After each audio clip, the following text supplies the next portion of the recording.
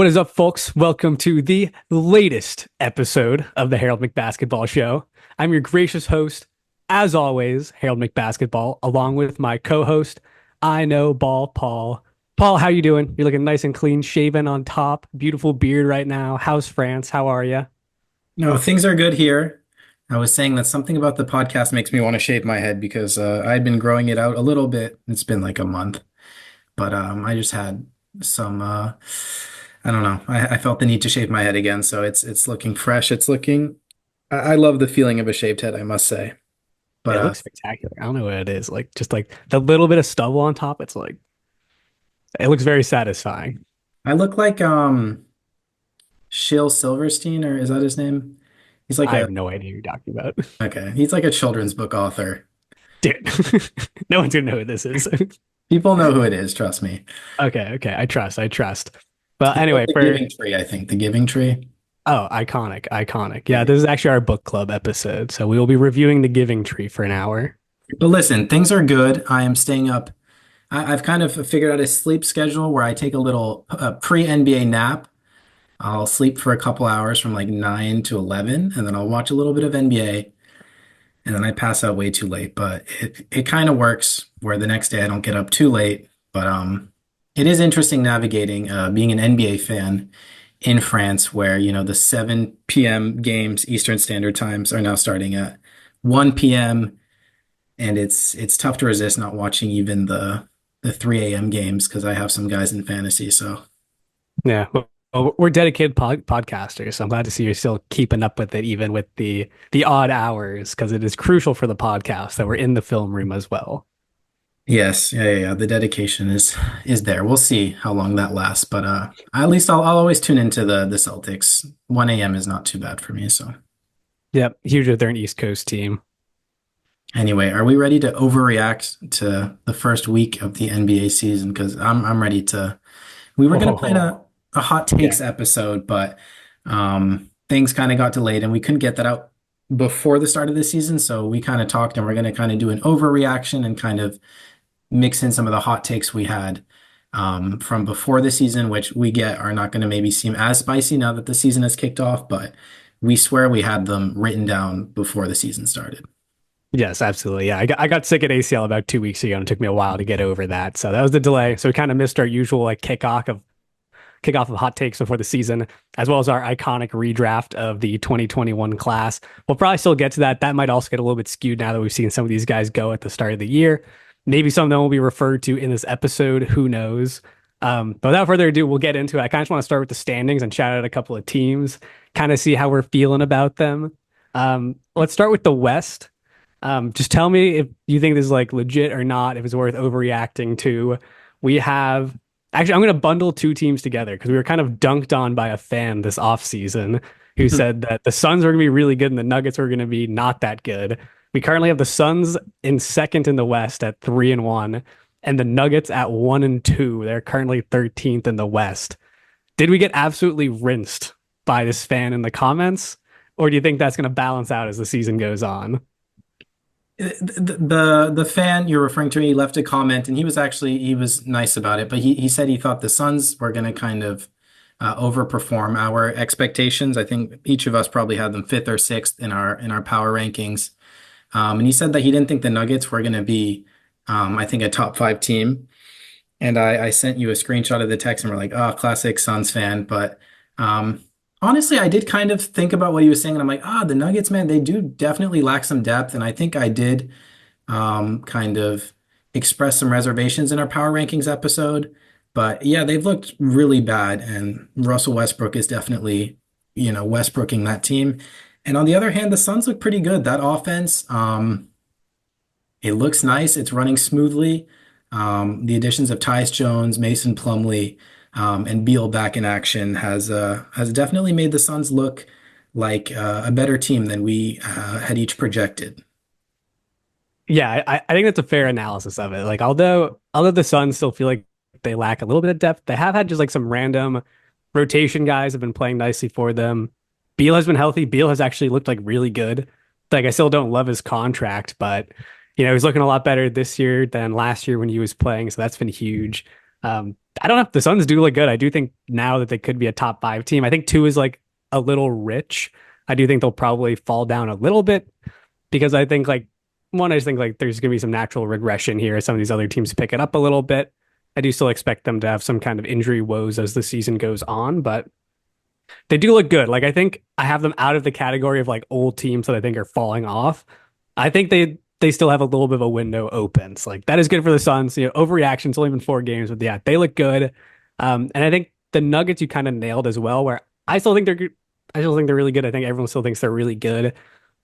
Obviously they're going to be a playoff team, but I do think there's a question as to like where they are going to be because it does feel like there's been a little bit of power creep in the West where it's like, yeah, they've got Jokic, he's amazing, still arguably the best player in the league, but there are kind of some questions in the supporting cast where it's like, it's like, is MPJ, Jamal Murray enough to get this team where it wants to go? Westbrook is like legitimately just one of the worst people to have on the floor. I think he's going to be cut within like the first month of the season. Maybe that's also an overreaction, but that's what the podcast is all about right now. Yeah, it's not looking good for him. It's not looking great for the Nuggets, but I think they'll still get back to where they want to be. But I do think that they're certainly not title favorites, after 3 games this year. That's for sure. They currently stand at 13th. So yeah, I think I could see them moving, up to 4 or 5. I think there's a good chance they're not going to be in the top three, top four. The Suns, I also think, this early on, they're kind of over achieving, and they'll probably also fall into that kind of 4, 5, 6 range. So, um, that being said, that fan, hats off to you, man. You Yeah, so and to far you're right through four. totally, totally. And to course correct a little bit just add like some not overreacting commentary to this. Like I still think there's a pretty good chance the Nuggets still end up being like the 2 or 3 seed. Like they could win their next game, be even, win the next game, they're 3-2, things look great. So I think they do still have like a couple things to figure out. I think the Westbrook thing is an issue, but ultimately I do still think Jokic should be good enough to get them over some of these teams right now. I do think depth is a huge thing, and even cutting Westbrook, which I agree they should do. I really do not think he's That was uh, an insane signing. And everyone said it this offseason too. We were like, what are you guys doing? Like, what do you expect to get out of him right now? there's always like just a bit of Westbrook hope because he's still so explosive, but he's just become Mhm. such a poor decision maker and either way. But I don't know. We see Brown moving into the starting lineup. That guy Strother's getting more minutes, but it really feels like unless Jamal Murray is really at his peak form, it feels like Jokic is carrying so much weight there. So it'll be interesting to see Yeah. how they address that because if they don't, I don't see them as a top three team with this roster.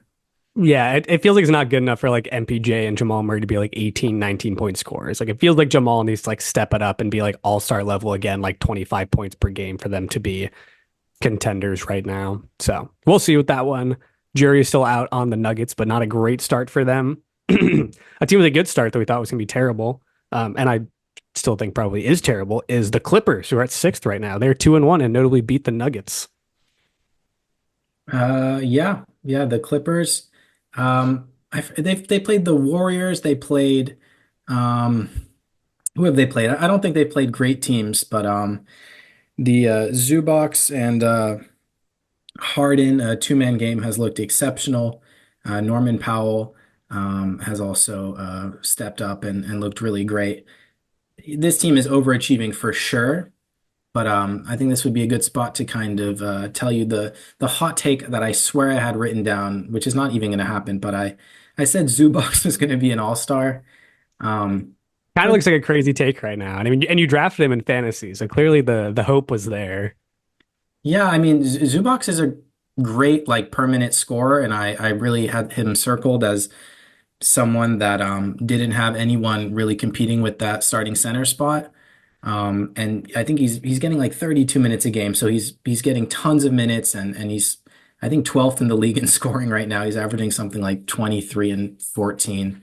I don't think that's going to last. I was like, my hot take, which was going to be in the context of a hot take purge, so nobody could come after me, was that he was going to average something like 18 and 11 and kind of be this borderline all-star that people were going to kind of throw his name around as just having like an exceptional season. But yeah, man, he's been popping off. But the Clippers, man, they have no depth. I have no hope that this will continue, and I see them borderline. play-in team or playoff team, um, especially barring whether Kawhi Leonard is able to come back in due time. Yeah, I think you're right about that. But Harden has looked really good because I think in the offseason I had some concerns being like this is like a lot to ask of Harden when he's 35, I think. But he's looked really good running the offense. Zubats has stepped up. Like there was definitely a huge power vacuum with Paul George leaving, Kawhi Leonard being hurt. I wasn't really sure who was going to step up. I did not think it was Zubats. I did not think he had the offensive chops for it. But the post hook is looking real nice right now. So he's been a good surprise for them. I think the Clippers are fun. I think they're a little friskier than I expected. I kind of thought they were going to be a dumpster fire this year, but at the end of the day, it's like they're still only at sixth right now, and yeah, I do expect some regression here. I think some of these teams are going to pass them up. Like the T Wolves should pass them, the Grizzlies should pass them, Nuggets should pass them. So yeah, I expect them to kind of fall to like the 9 or 10 range, but at least they're fun because the big concern is that they weren't going to be, and the new stadium looks really cool. So should at least be a fun year for the Clippers. Insane that they built that stadium there, and So random because they totally would have been fine just like sharing a stadium with the Lakers. But Steve Ballmer, great owner, loves the team, billionaire. Why not? yeah, he might be the richest owner. But I think he um, is. listen, if Kawhi comes back by some miracle and he can be healthy for like 2/3 of the season, which big asterisks, I don't think that's happening. Between him, Harden, Zubac, Norman Powell, Terrence Mann, they have some friskiness there, but when you get to their bench, I had some hope that Kevin Porter Jr. I didn't have hope. I'm actually hoping that he sucks, but I thought that maybe he would be someone that would be frisky off the bench. We've seen how he can be kind of a stat patter, but he's looked pretty terrible. Kai Jones, there was some hope there, but he hasn't looked great either. So I don't know. Barring a Kawhi kind of resurgence, I don't see this team doing much. Yeah, I think so too. Those are kind of my big ones in the West. I think the only other things that like stand out a little bit are like the Kings are a little low at 12 right now, but I actually didn't have them particularly high anyway. And they've played some good teams, so I think they'll be better than where they're at right now. DeRozan looks good. The defense looks bad. That was kind of what we expected with them. So I don't know if there's a ton to unpack there, but if you have any thoughts, go for it before we go to the East. I think the Lakers are worth shouting out, just because their offense looks so revitalized under. Yeah, you're right. Let's overreact to the Lakers. We should have started with this. Come on. This is all ESPN is talking about. I mean, we notoriously, maybe me even more than you, I just always doubt the Lakers. I'm always like, they're too old, their depth sucks, and I still think that they're gonna, not be a top five team in the West. But I do think JJ Redick has kind of transformed this team's morale. There's kind of a clip going around of kind of the stark contrast between his coaching style and Darvin Ham's. So Um, funny. and JJ Redick is just like an ultra charismatic, like just no bullshit kind of guy. I think people just respect him for being, a great player and a really smart, well-spoken guy. And the vibes are very good in Los Angeles, and we see kind of how that offense is operating. They're doing slip screens and baseline cuts, and it's I don't know, it's incredible to see compared to last year where it felt like that offense was very stagnant. Yeah, there's a lot to unpack with the Lakers. I was gonna get to them later when we were going by players and like personnel, because I was gonna shout out JJ. That my overreaction is like, yeah, like maybe coaching does matter. Maybe it is important to not have LeBron choose the coach, although he kind of did choose with Redick anyway. But yeah, Redick has been really good. It's like he's a true like players coach. It feels like he coaches them hard to where he's willing to, tell LeBron what to do, which Darvin Ham wasn't willing to do. You mentioned the meme where it's like Darvin Ham breaks out the whiteboard, he's writing like words of encouragement on it. JJ Redick breaks out, he's drawing up actual plays. Like that's the difference. That's huge. Rui has been awesome for them. He's playing like 37 minutes a night. He's looked like really good. It makes their defense like pretty intimidating with Rui, LeBron, and Davis on the floor.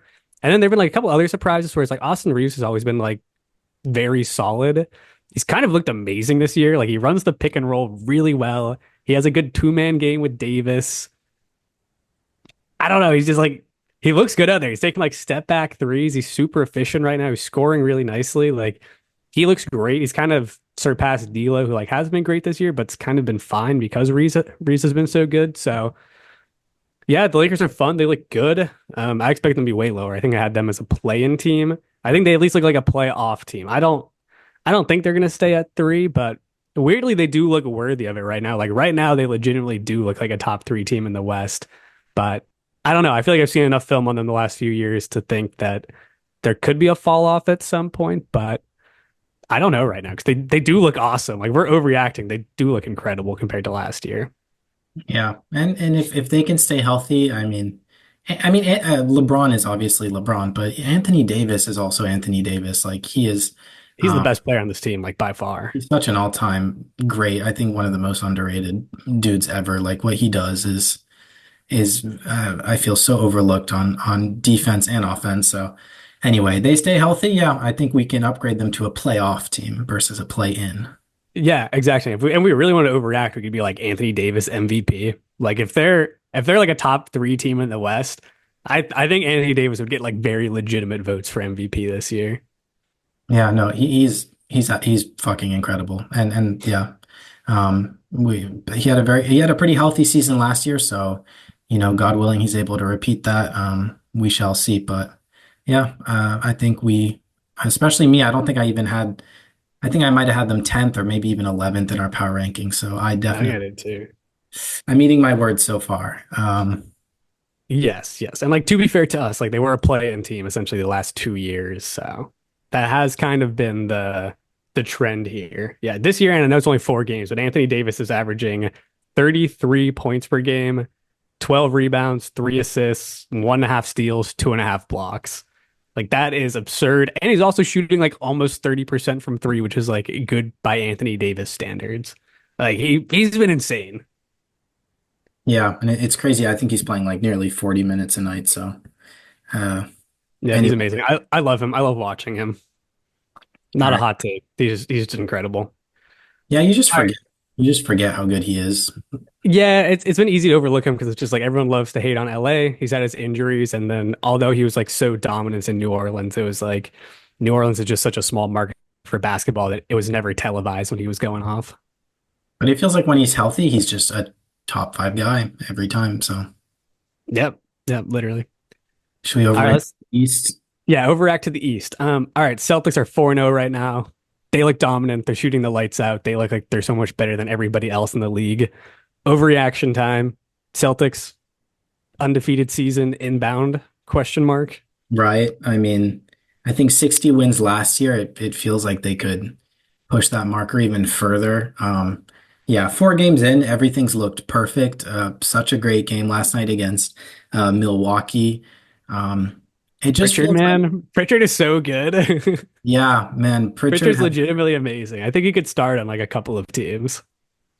Uh, Scal and the other commentator were saying that if he were to ever get a statue, I think they were talking about the Dwayne Wade statue being awful, and then Mm, they kind of dominoed into Pritchard. They would say that there would be like a buzzer beater and him doing a half court heave as his statue, and he's becoming yes. notorious for these last second half court heaves. And he had a great step back against Milwaukee that was absolutely electric. Yeah, Doc just collapsed. Yeah. Um, No, but the Celtics just, as dominant as they were last year, it still felt that they were at times having those offensive struggles. There's kind of always that kind of third quarter lull and whatever. But this year, it's like everyone is on the same page. No matter who's coming off the bench, they come in and do something positive. It really feels like everything is clicking and the vibes are just so great. Like Tatum has the weight lifted off his shoulders. He's a champion and he's just playing freely, despite not playing great last night. But other than that, he's been unreal. Yeah, it's a really interesting team. And, Porzingis is still out for probably 2 more months, I think, or something like that. So this team's only gonna get better with KP back. Like that just brings even more 3-point shooting and shot blocking to this team that already looks insane on defense, already looks like the best 3-point shooting team in the league. I mean, the first game of the season, they tied the record for most 3-pointers made. They probably should have smashed it. They did not make a three for the final 8 minutes of the game.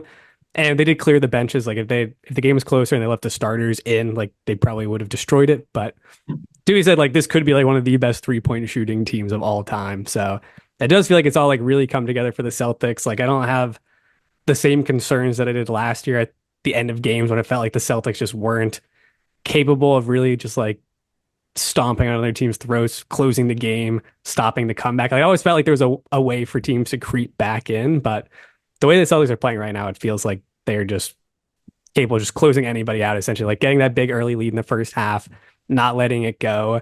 And the 3-point shooting volume is just so hard for anybody to compete with. And the players are great. Like Derek White looks incredible. Jalen Brown has picked up right where he left off in the finals. Tatum's shooting woes are gone. I don't know what happened in the finals and why he kind of had a down shooting series, but it looks like his 3-point shot is as good as ever right now. So this team's awesome. I love being a Celtics fan. Yeah, and kind of moving down in the East, it almost feels like nobody can really hold a candle to what the Celtics are doing right now, despite, there's some other teams with great records, but you can't really point to anyone as of now that you see even competing with the Celtics. So it feels pretty good. Yeah, one of my overreactions for the East, I was like, is this like one of the worst years we've ever seen for the East? And there's a big time overreaction 3 or 4 games into the year, but there are only, let's see, there are 4 teams that are above 500 in the East, and the rest are either at 500 or below. Whereas in the West, it's like the top 8 teams are all positive records. And you kind of just like look at the standings, and it's like, which of these teams are like actually contending to potentially be in the finals? It kind of doesn't feel like any of them are. Like, and things can change as the season goes. Maybe the Bucks will heat up. Maybe the Knicks will start to look better, but it really doesn't feel like there's anybody out here right now who can contend with the Celtics. Not even the Cavs who are 4-0. Yeah, the Caps have been off to a great start. I haven't had much of a chance to watch them, but it seems Evan Mobley is continuing to progress. I wish I had more to say about them, but they look They, good. they've had a very easy schedule. Like Okay. they beat the Raptors, the Pistons, and the Wizards for their first 3 games. And they did have a good win against the Knicks yesterday, but that Knicks win is really their only, competent opponent of the season. So not a ton to report yet with the Cavs, but they do look good. Mobley has taken a step this year that everyone was kind of waiting on. So I do think the Cavs are really good. It just doesn't feel like anyone is even close to the Celtics right now. I think if we could talk about the Knicks for a second, another one of my hot Yeah, takes, and I'm conveniently kind of only mentioning my hot takes that look good right now. I had plenty written down that I dare not even say out loud at this point, but um.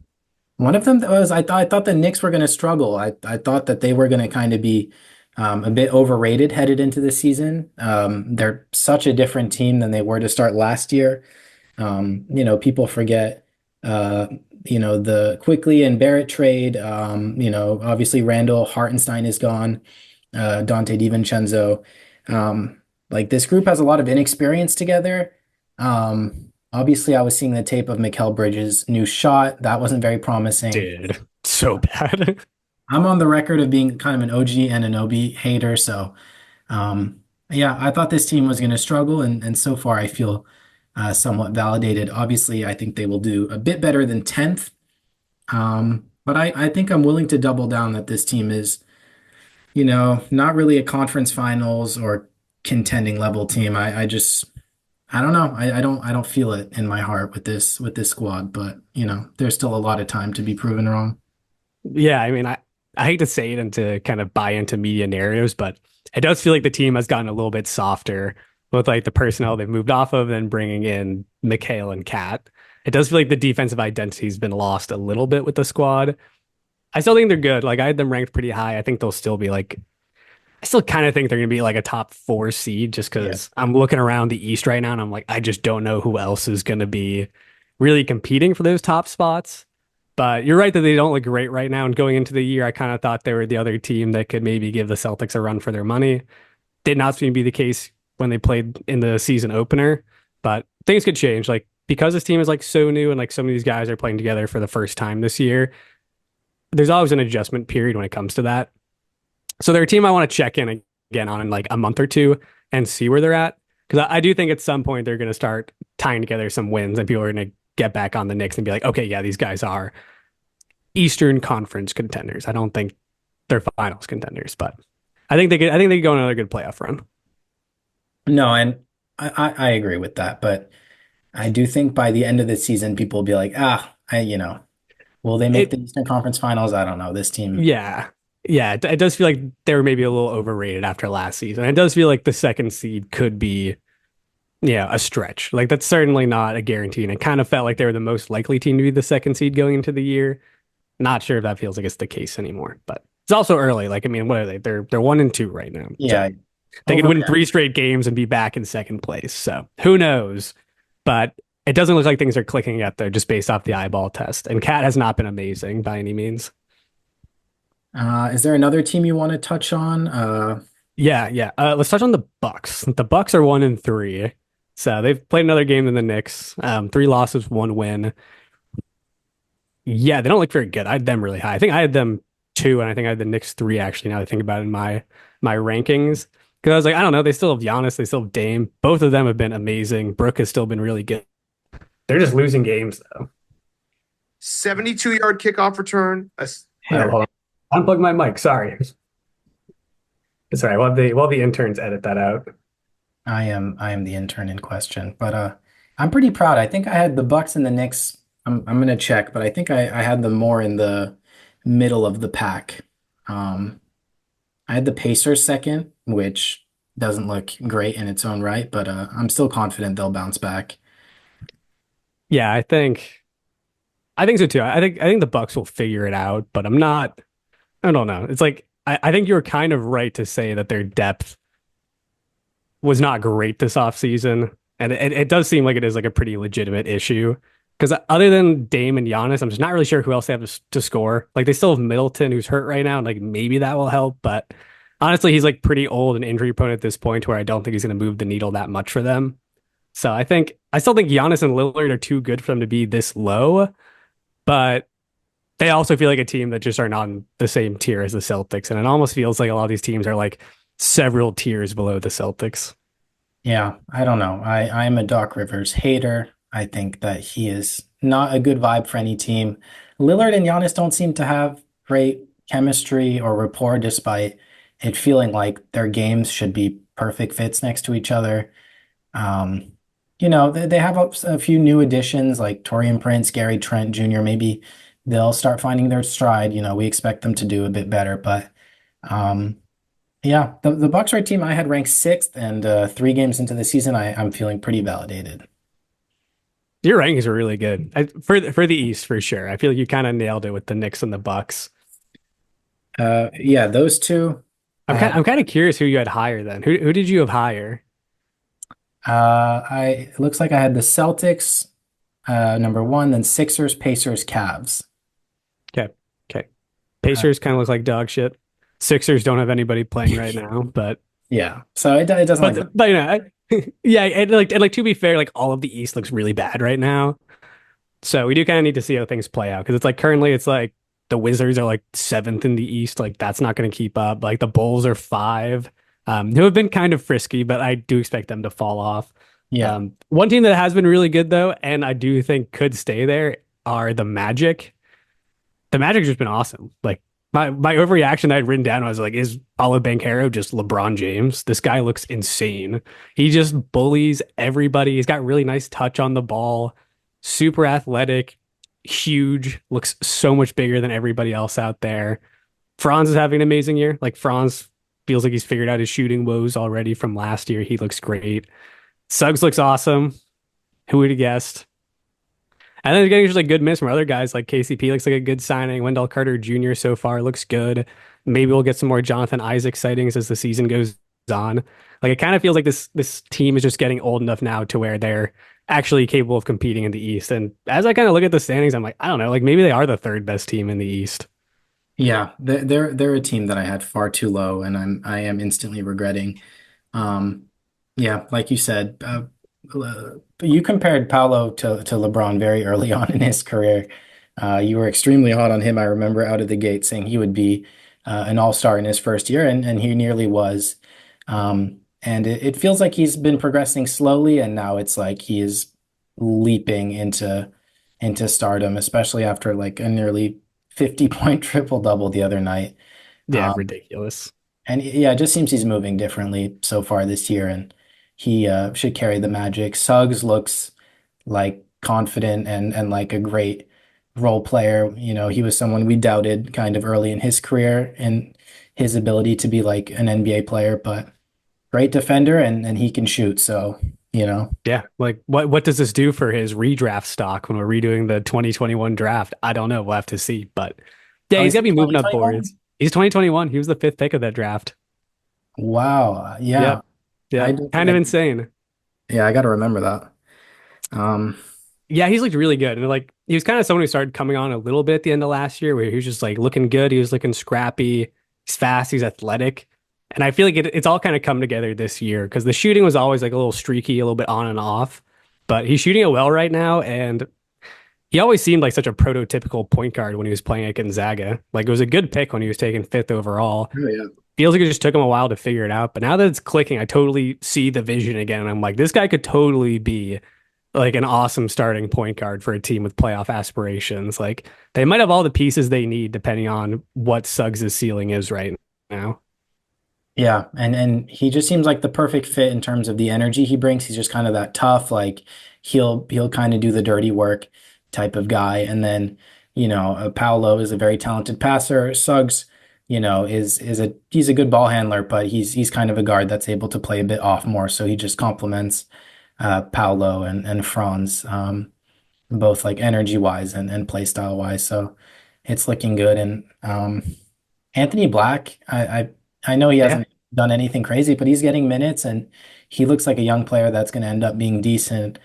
Um, Yeah, and he's essentially kicked Cole Anthony out of the rotation, which was like pretty surprising because it felt like he was like the clear backup point guard, decent spark plug off the bench with scoring, but Anthony Black has surpassed him in the rotation, which is like pretty impressive considering the Magic have always had just like a ton of like decent depth at point guard where it felt like the Anthony Black pick was never really going to work because I felt like he was never going to get the minutes to actually show what he can do. But like, no, he's looked pretty good this year, and he is just like just an interesting guy to have because he's just this massive point guard, good passer. I don't know, he's an interesting prospect. I still want to see more out of him, but I'm seeing some flashes. yeah, I find it interesting that they have him in the rotation this early on in the season, but he looks promising even though he's not really filling the stat sheet in any meaningful way. It seems like he's kind of gelling well with those guys and just like a tough, confident player. So yeah, he should be interesting. I think he's still like 20 years old. So Yeah, he was super young coming out of the draft out of Arkansas. Let's and see. We only got a couple minutes left here, but let me shout out. I think this will only be quick.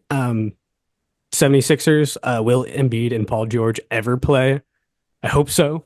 Like I'm excited to see what this team looks like, but kind of an interesting start. Like not what you wanted to see, where you just have these two injury-prone superstars, and you start off the year with them missing the first three games. They're also missing tonight's game, so that'll be the fourth game that they've missed, or maybe they play tomorrow, and that's the game they're missing. But they're being ruled out in advance of games still at this point, so it's not looking great. I think they're gonna play this year. I think they're gonna be awesome, but I don't know. I am a little skeptical of like how much are these guys actually going to play this year, and what does that mean for the Sixers this season? yeah, no, I mean, obviously we saw Paul George's injury, so it was expected that he would miss some games. I think he should be back shortly, but for Embiid to really be sitting out these first games without any specific injury is definitely an interesting thing. I think he's being like investigated, but I'm sure, he has kind of chronic injury, so I'm sure he's dealing with something, but it's not a great sign for him to already be resting games and not Certainly have played a not. single game.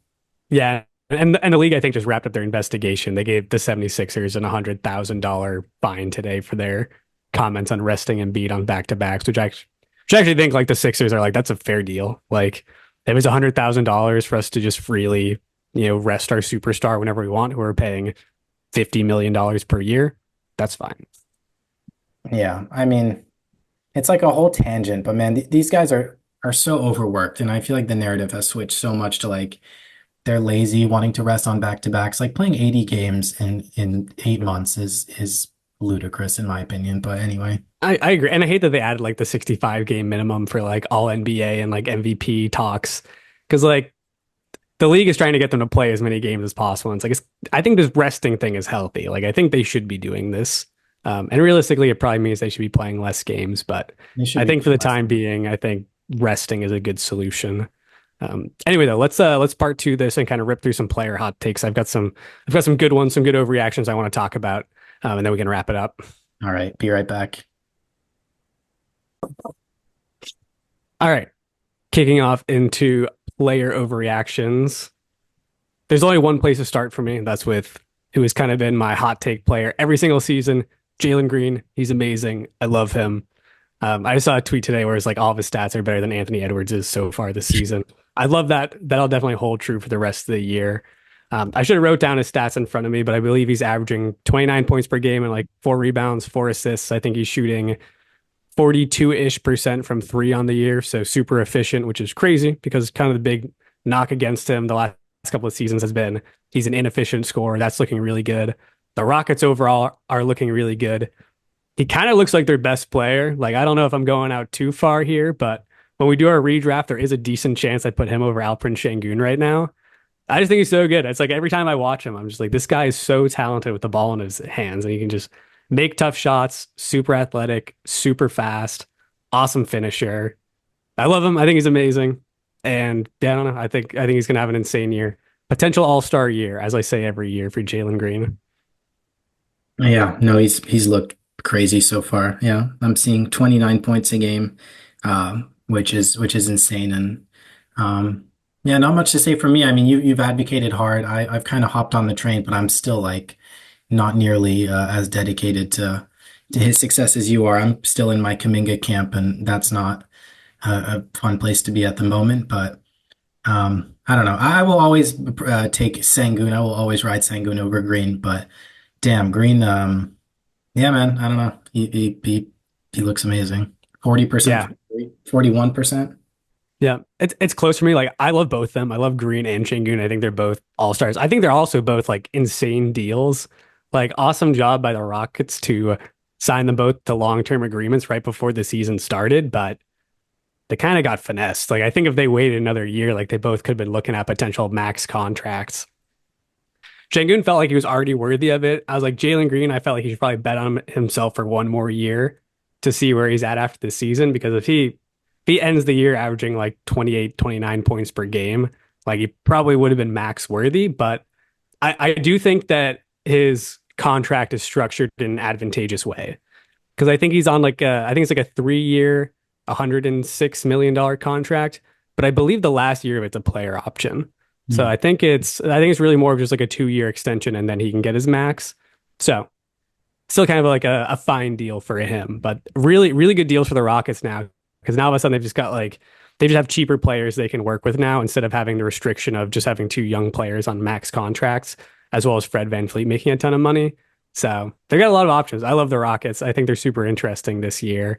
And I think the pieces are coming together very nicely.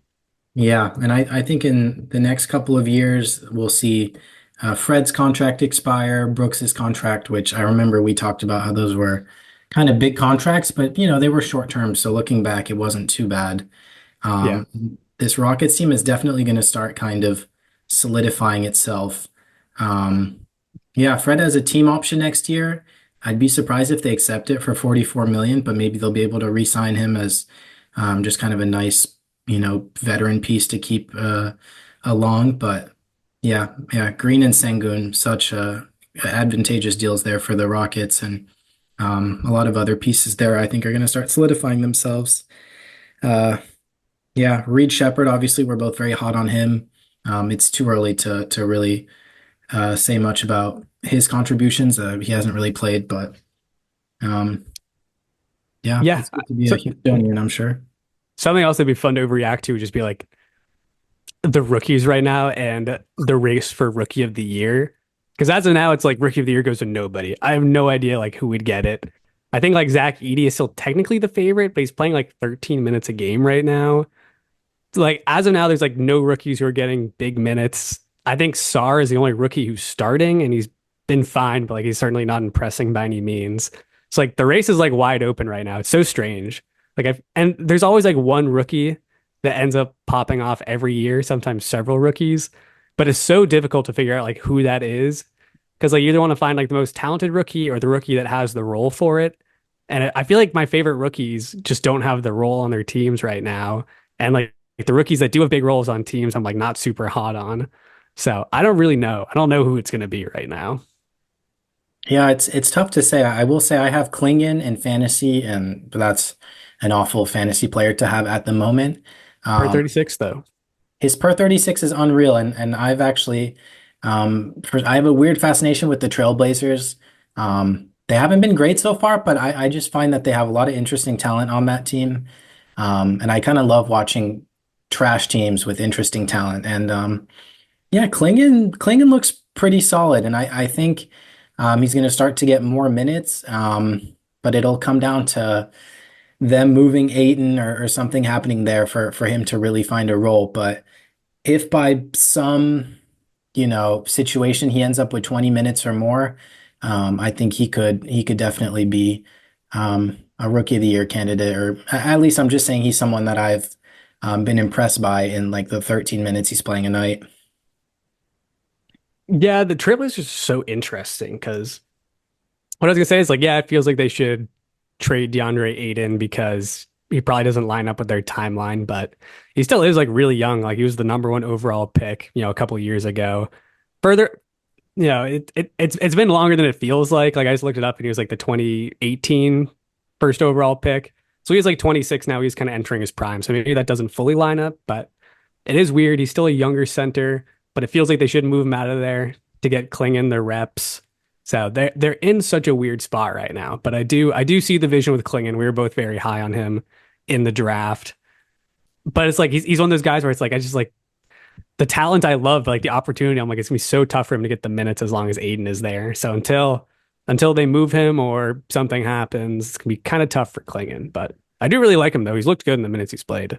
Yeah, that's how I feel. I just hope that we see like at least a slow increase where he can get up to like close to 20 minutes, because in like 12, 13 minutes he's already averaging like a couple blocks and like a lot of rebounds per minute. So Let's yeah, he's see. someone that I'll hold in fantasy maybe for a couple more weeks, hoping that I see, because Aiton's not playing well either. Like he looks worse than usual. So I don't know. Yeah. Yeah. And like I'm looking at the odds right now. They have shifted to where Risa Shea is now the favorite for rookie of the year. I think it's just because he looks good. Like he legitimately looks awesome when he's in the game. Like he doesn't play a ton, but every time I see him shoot, I'm like, oh my God, this guy is like one of the nicest jump shots in the league. The release is just so fast. I always feel like it's going in. He's big, he's quick, he's like just like tall and long, like super wiry and skinny. So I do really like him. I think he's got a chance. Connect is now fourth in rookie of the year odds. He's actually looked pretty decent for the Lakers when he has got the minutes. So he might have a chance, but like it's weird. It just feels like none of the rookies actually have the opportunity to claim the award right now. Someone I picked up recently in fantasy that I think could actually jump into the conversation. I don't know how to pronounce his name, unfortunately. It's like Yves Missi, Pelicans, YVES. let's go. He is yeah, he is the 20-year-old center for the Pelicans. And the Pelicans do not have like another center on that roster. He is competing with Daniel Tice and Herbert Jones. So in his first 3 games, he's been able to find 20 plus minutes each game. He's super raw, but he's impressed me with his scoring. Rebounding's not great, but then shot blocking is great. So there's fantasy potential, and maybe there's also rookie of the year potential. Just because he has such a great opportunity there with like their complete lack of centers. And he could pair well next to Zion as kind of um, that kind of Clint Capella, uber athletic shot blocking big that pairs nicely, I think, next to Zion. Yeah, that's a good call out. It's something that we had mentioned this offseason talking about the Pelicans because I love the Pelicans. I was like, this is an awesome team, but there was just like a glaring hole at the center position where it was like, I love the idea of just like Zion at center, Herb next to him, but they're just gonna be bad matchups on nights where you play a team with a massive center where that's not gonna work. So I was under the impression they were gonna have to trade for a center at some point in the season to make that work. But you're right, like this guy does look good enough to like fill that hole for them on nights where they need center play. So that is interesting. The Pelicans are interesting. And as someone who roots a little too hard for the Pelicans, I do hope that works out. Bub Carrington's kind of a similar guy who's going to have lots of opportunity with the I lack think of guards there on the Wizards, yeah, but Poole's I think been he's starting right now. uh I can't confirm or deny that, but I think I heard that. I don't know who else they would start. I'll I do a think quick little Poole has just been the point fact guard. check on that. I don't know who would be the shooting guard in that Let case. me see. I think it might be like a Poole Kispert situation. No? Interestingly enough, it is Poole at point guard and then Bub Carrington at shooting guard. And then Kispert's coming off the bench right now. Yeah, no, they've Oh, yeah. Poole being the point guard has seemed to revitalize well, I mean, he just kind of had one off year, but Yeah, he good. looks good. The Wizards look bad, but like, he looks pretty good. Maybe just to throw some other names into the void, like Ryan Dunn for the Suns. He's not going to have the opportunity, but he's looked Yes. great in the preseason, and he's had kind of some nice moments there. Good I shot making. Like he hits like I feel like he hits a bunch of threes. Like every time they pass him the ball and he hits one, I'm like, I feel like the Suns like nailed this draft pick. Like they needed someone like that so badly.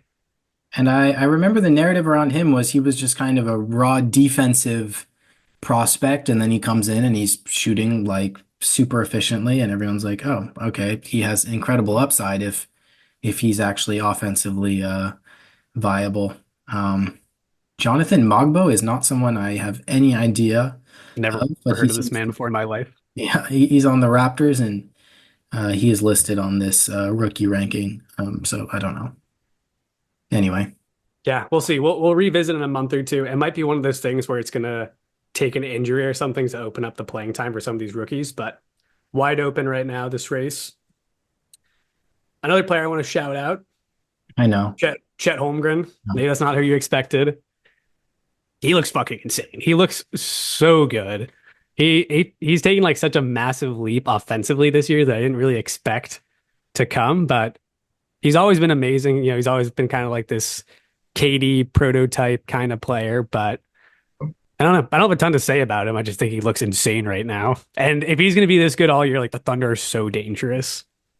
It's yeah, it's funny because Cena sent us a trade proposed by Ross, which was Bam Adebayo for Chet. Ross has Bam and he wanted Chet.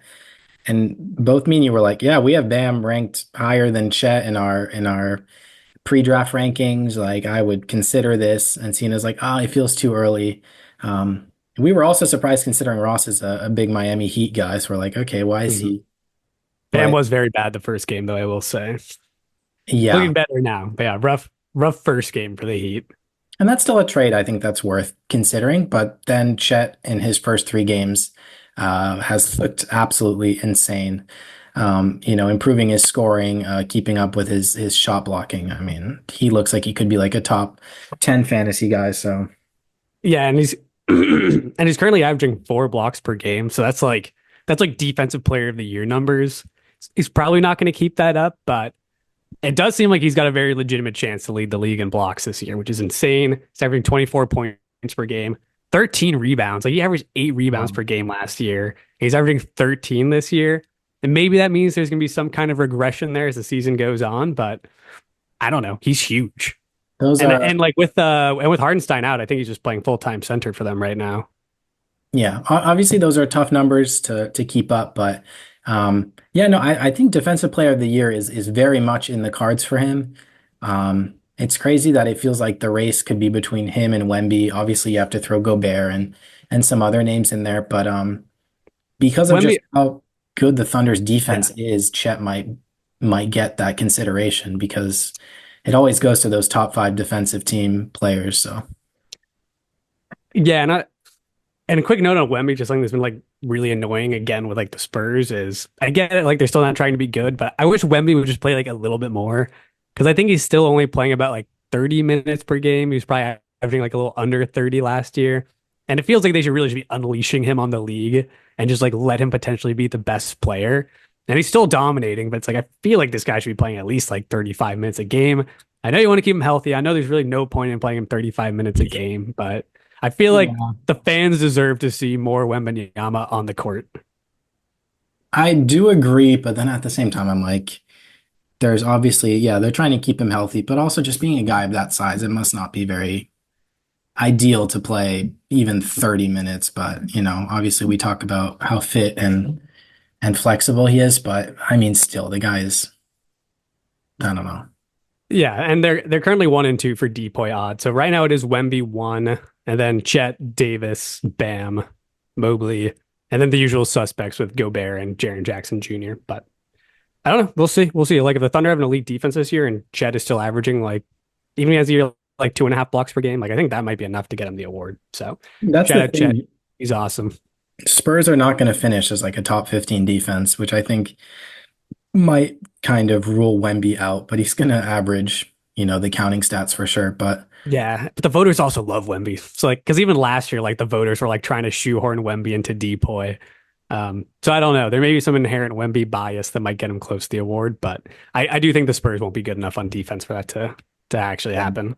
I think I read somewhere that only like once in the past 20 something, I don't know how many years, that a guy got Defensive Player of the Year without a top five defense. And I think they were the sixth ranked defense. I wish I remembered who or how Yeah, many years, whatever. but all that to say it's very tough to win the award if your team's defense um, isn't showing.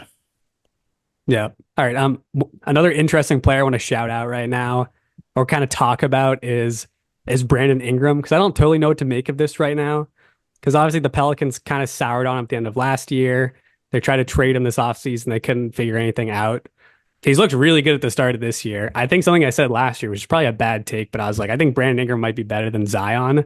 If we're overreacting, I'm like, maybe he is. I don't know. I still think he looks really good. I don't think the Pelicans should trade him. I think he's the second best player on this team.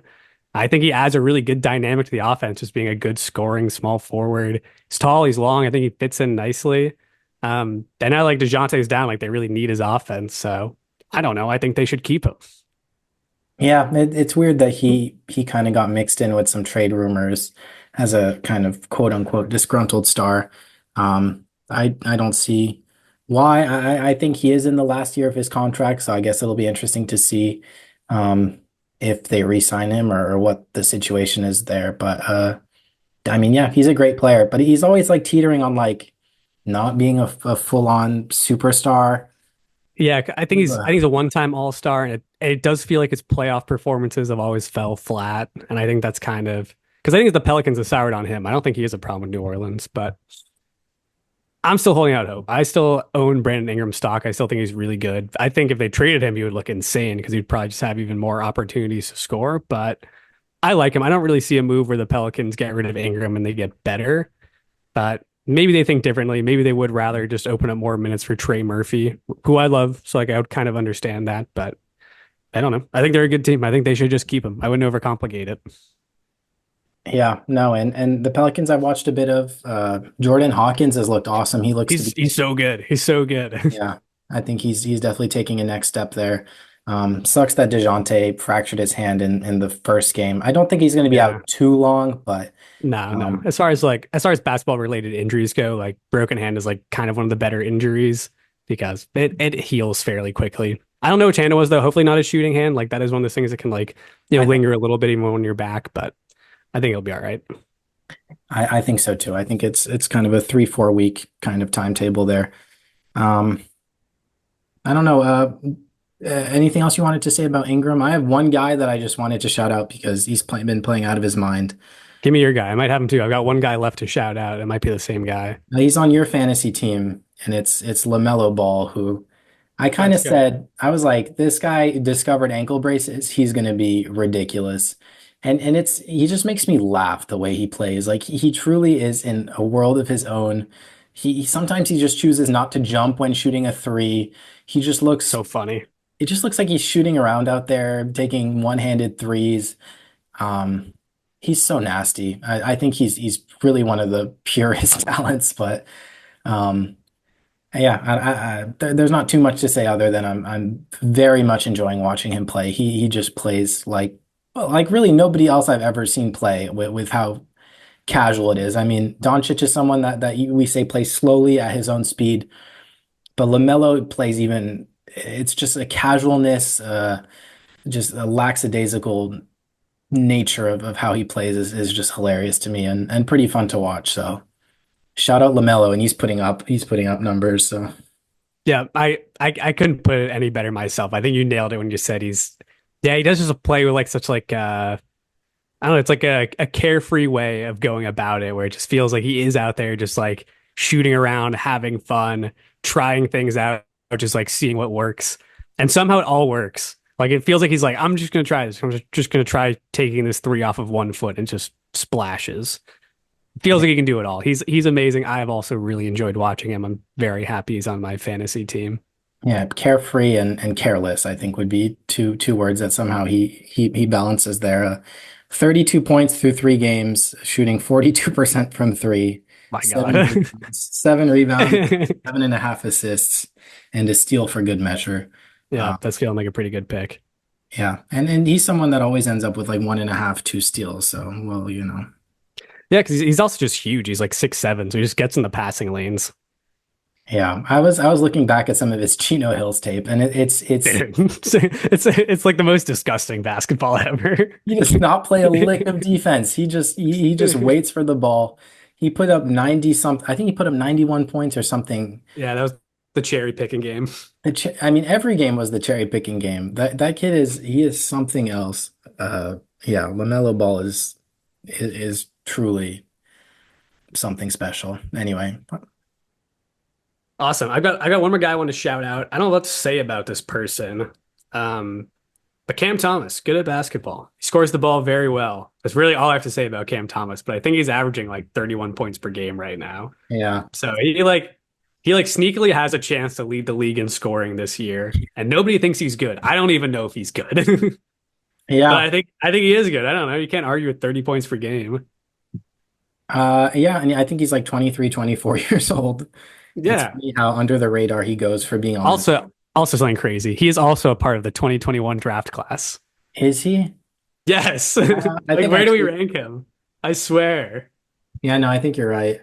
Let's see if yeah, actually I did have him ranked 13th. Oh, no, I guess I did remember Suggs was there. Yeah, wow. That is insane. It's the best Um, draft class of all time. we're gonna do our redraft very shortly. No, I think that's a great point, Harry. I will say he came off to a very hot start last year, putting up 30 point, 40 point games even, I think. And then he did end up regressing, but he's still Yeah, so young and 25 points is definitely in the cards. So it's always just felt like the minutes have stood in his way. Whereas like last year, like the Nets were still trying to like toe the line of like being like a competent team. So they're like, we're playing through McHale. At the start of the year, Cam was getting 30 plus minutes, then it went down to like 20s for minutes. Then at the end of the year, it was back up to like 30 plus. He was playing really well again. So it's like when he gets the minutes, like he's just like one of the most talented scorers in the league. I think the jury's still out if it's, because like this Nets team is like all time bad right now, I think. So I think the jury's out as to like whether his scoring actually results in wins. He averages like under 3 assists per game. So he is like yeah. a very small guard that can only score, but he is scoring very well right now. So I can't really argue with it. Um, I get it, 46% from three right now, too. 46% from three on 9 a game. which will inevitably fall down. So I think we're looking at maybe around 25 points per game if he keeps up the minutes and the usage. But Yeah. But maybe he just takes more regardless, shots. I don't know. Maybe he just starts taking like 14 threes a game. He could do that. it's possible. I mean, I don't think I can name too many people on the roster that are going to take his scoring opportunities away. So yeah, that's a worthy shout out and someone that I do wish I drafted at this point. But Yeah, I kind of feel that too. he really did end up being someone in fantasy that wasn't um, that great by the end of the season because when he didn't have the insane scoring nights, no, he was contributing in no other way. But I think Yeah. he'll end up being a decent fantasy player and take another step in his improvements as a player. So shout out. Yeah. Yeah. And as far as fantasy goes, like it tends to bode well to not draft guys on the Pistons, Wizards, and Nets. Because like by the end of the season, when they're in full tank mode, like there's a pretty good chance that they end up missing some games. But fantasy aside, just like pure basketball, like he looks pretty good. So all right, Awesome. cool. Well, that's all the players I have. Anyone else you want to shout out before we end the pod? I guess a mini shout out to Scottie Pippen Jr., who I had Sure. I had said his name out loud, and it's nice to see. Yeah. He's had a couple really nice games, one without John Morant, but the talent is there. So I'm happy I actually said his name out loud on the last podcast. I threw his name out there, and he's a legit NBA player, and it's rare that the NBA kids actually have any talent, and he might be one of the few. So shout out. Yeah, yeah. He seems like actually a good rotation guy. I remember you brought him up this summer, and I was like, I don't know anything about him other than him being the son of Scottie Pippen. But yeah, you're right. He does look good. So yeah, Because we'll see how the year plays out for him. But it seems like he's at least carved out a role as like a solid backup on Memphis, and Memphis is a good team. yeah, yeah, yeah. Tyus Jones had found like a nice role as a backup point guard, and I don't know. Smart is struggling, so maybe that is Scottie Pippen's to take. He's a good shooter, great passer. Shout out Scottie Pippen. He was someone I watched a lot in summer league, um, and someone I streamed a couple times last year when the Grizzlies were an awful team. So anyway, shout out. Um, and then I don't know. I was going to talk about Kaminga and kind of that situation, but I think we Yeah. put a pin in it. It's Are you selling your stock? Are you out? no, no. And when we do the redraft, best believe I'll have him top three, we'll say. Jesus. Yeah, Jesus, whatever, man. I'm still very hot on Kaminga, and I think Kerr is ruining his young career. Um, I don't know what the situation is, but I mean, come on, like give him the 35 minutes he deserves. Whatever. Yeah. He's struggling big time. It's not looking good on a team where he should have all the opportunity. Yeah, I'm like, I don't. I think he probably will be top 10 for him, but there's a stacked draft. It is weird because it does feel like the Warriors need him to be good if they're gonna have a chance this year. But for some reason, he is not getting the reps to show what he has. So I think that'll change. I don't really know what's going on with him and Kerr, but I think it's the extension. They didn't give him an yeah, it could be. extension, and so now there's talks of sign-in trades, and I don't know, but That would be I so think bad if it's they got rid of him. yeah, I don't know. I think I'm it's like, fucked yeah, up. I'm like, who are you guys paying right now? You guys are paying Steph, and like that's pretty much it. Like I know Draymond and like Wiggins are under contract, but they're not like too crazy. 20 minutes a game he's getting right now. Anyway, I mean he's shooting like shit. Something's up, but anyway, yeah, my boy Kaminga is not doing too hot, but that's it. That's it for me. Cool. Well, we'll see. There's still plenty of basketball left in the season. So we'll kind of see how these overreactions mature. Hopefully your boy Kaminga turns it around. But we will see. We'll see. I think that's everything for the pod. Wanna sign us off? Yeah, guys, please let us know your hot takes, your overreactions. Again, shout out to that guy who commented the Suns Nuggets take. It's looking good so far, my man. So Awesome um, take. yeah, we appreciate all the support. We're gonna try to do the redraft soon, hopefully with Sean, our friend and co-host. So yeah, subscribe, like, comment, all those affirmative things. God bless. Thank you all for tuning in. Leave comments on what you guys want to see next for videos if anything inspires you. Peace and Exactly. love. See you next time.